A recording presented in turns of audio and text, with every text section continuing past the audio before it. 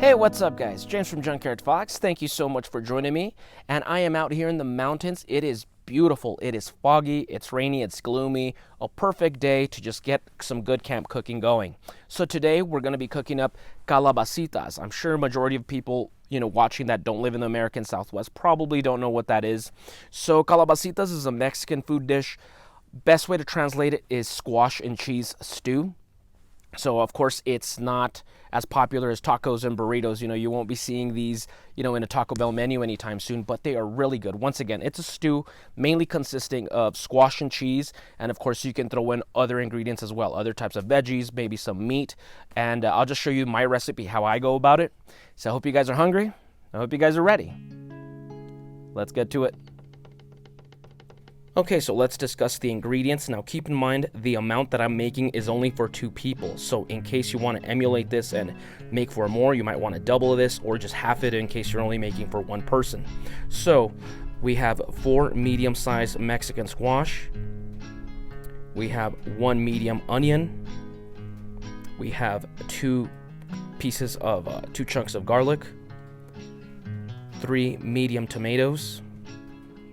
3 Anaheim peppers or green chilies, 1 small can of whole kernel corn, and 2 types of cheese. I like to use Munster cheese and queso fresco, which is part skim milk cheese. In case you can't find this one, you can substitute it for Parmesan if you like. And keep in mind, there's so many variants of this type of dish. So in case you don't like tomatoes, you can remove them. If you don't like cheese, you can remove it and substitute it with something you like better. But these are the ingredients. Now let's talk about spices.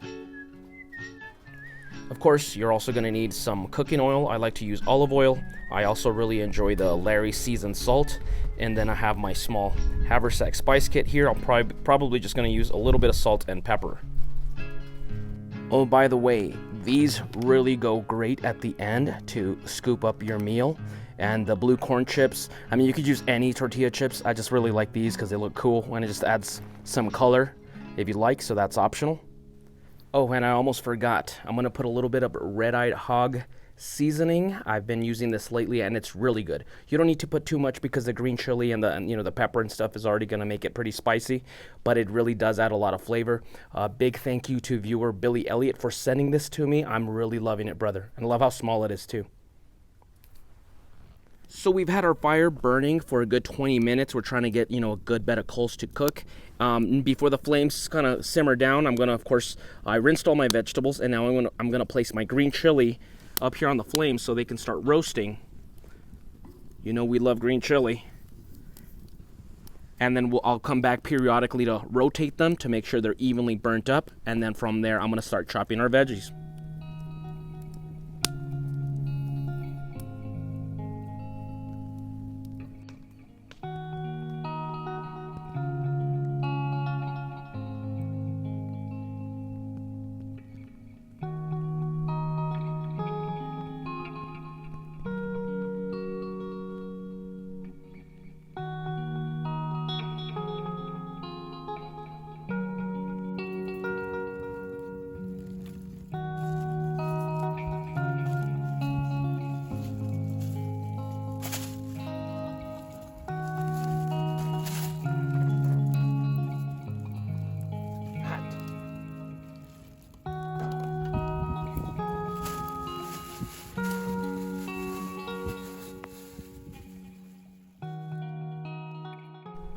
Okay, so in case you didn't know, you roast the green chilies and then you place them in a bag and you leave them there for 10-15 minutes so the hot moisture will make it easier to peel.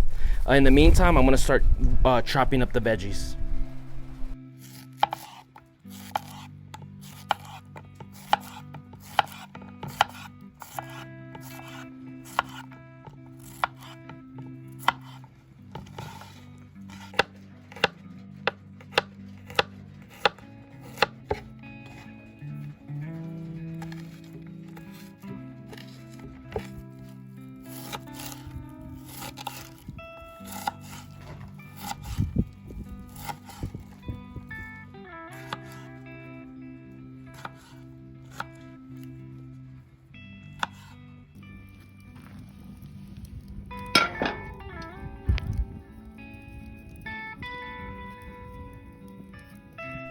Okay, so we placed our cast iron on the fire just so it can get nice and hot, and then from there we placed our olive oil and we wait a couple of minutes for it to get nice and hot.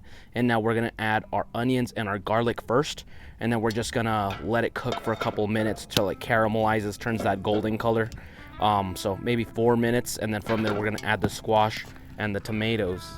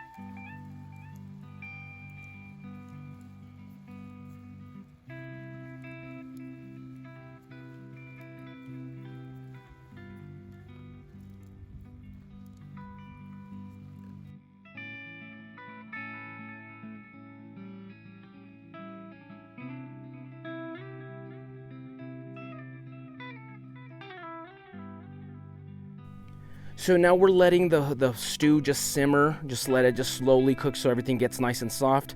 I like my squash to be very soft, so I'm gonna leave it for about 10-15 minutes. In the meantime, let's go ahead and open up our corn. I like whole kernel corn. I don't like sweet. If you notice, I never really use corn in any of my recipes, but for this one, it's gonna be good. So a small amount of corn. And for the homies.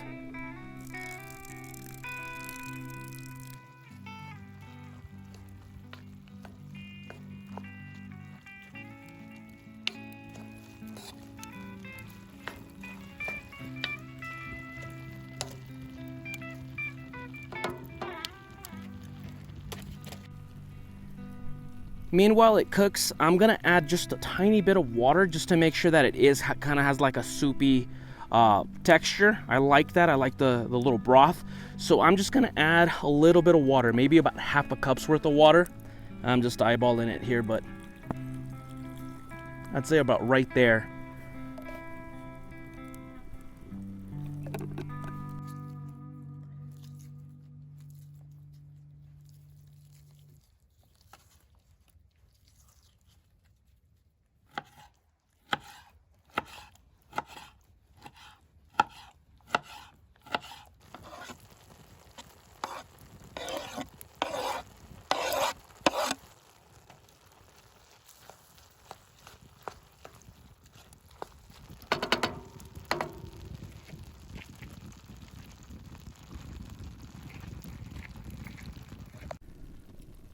Okay, so we're letting this simmer till about 30 minutes. We're not in a hurry. Basically, the way that I like to tell is I'll get a little piece of squash and I'll taste it. And if it's still kind of crunchy or whatever, I'll keep it simmering it. I really like mine pretty soft. Also, you know, there's rain coming and going, so I'm going to use my other piece of cast iron here as a cover so it can stay nice and hot in there. Maybe that'll protect it and keep that heat in there. And yeah, just gonna keep it simmering for maybe another 15 minutes, and then from there we'll add the cheese. Okay folks, so now it's time for the cheese. We add that last. Now of course, once again, this is the ranchero, which is basically skim milk cheese. You can add Parmesan if you like, or if you like, you don't have to add cheese. I understand some people don't like to consume a lot of cheese. I happen to love cheese and green chili. But yeah, I'm gonna just cut this up into small cubes, so that way we can place it on the top. And I'm using about half of that skim milk cheese. And then I'm gonna do the Munster cheese next. I'll probably do about 1/3, maybe 1/4, probably about 1/3 to be honest.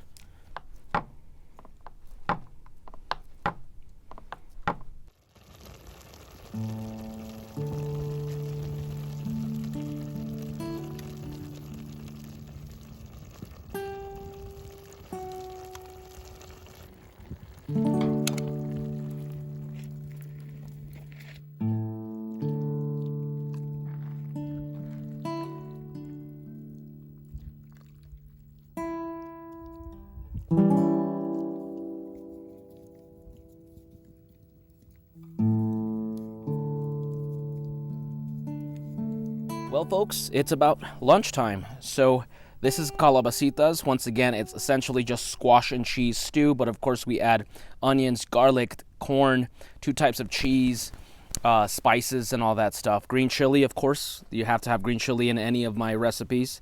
So, time to eat.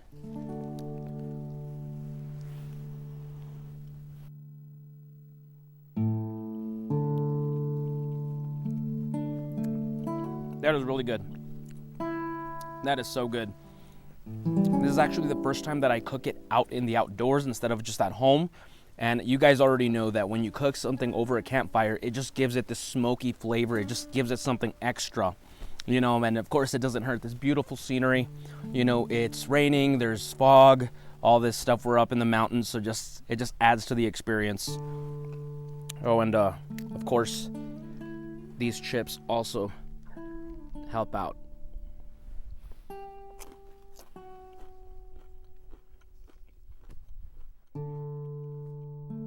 Okay, folks, so that's about it for us. We're gonna enjoy our meal and just relax out here. I hope you guys give this a try, you know, sharing a little bit of our Southwest tradition and culture. Hope you guys, once again, try this out and let me know down in the comments, what would you remove, what would you add to this recipe? You know, let's go ahead and get a discussion going for future cooking. And that's about it. Thank you for watching once again. Give us a thumbs up if you enjoyed it, and we'll see you guys next week with another video. Now go outside and get your boots dirty.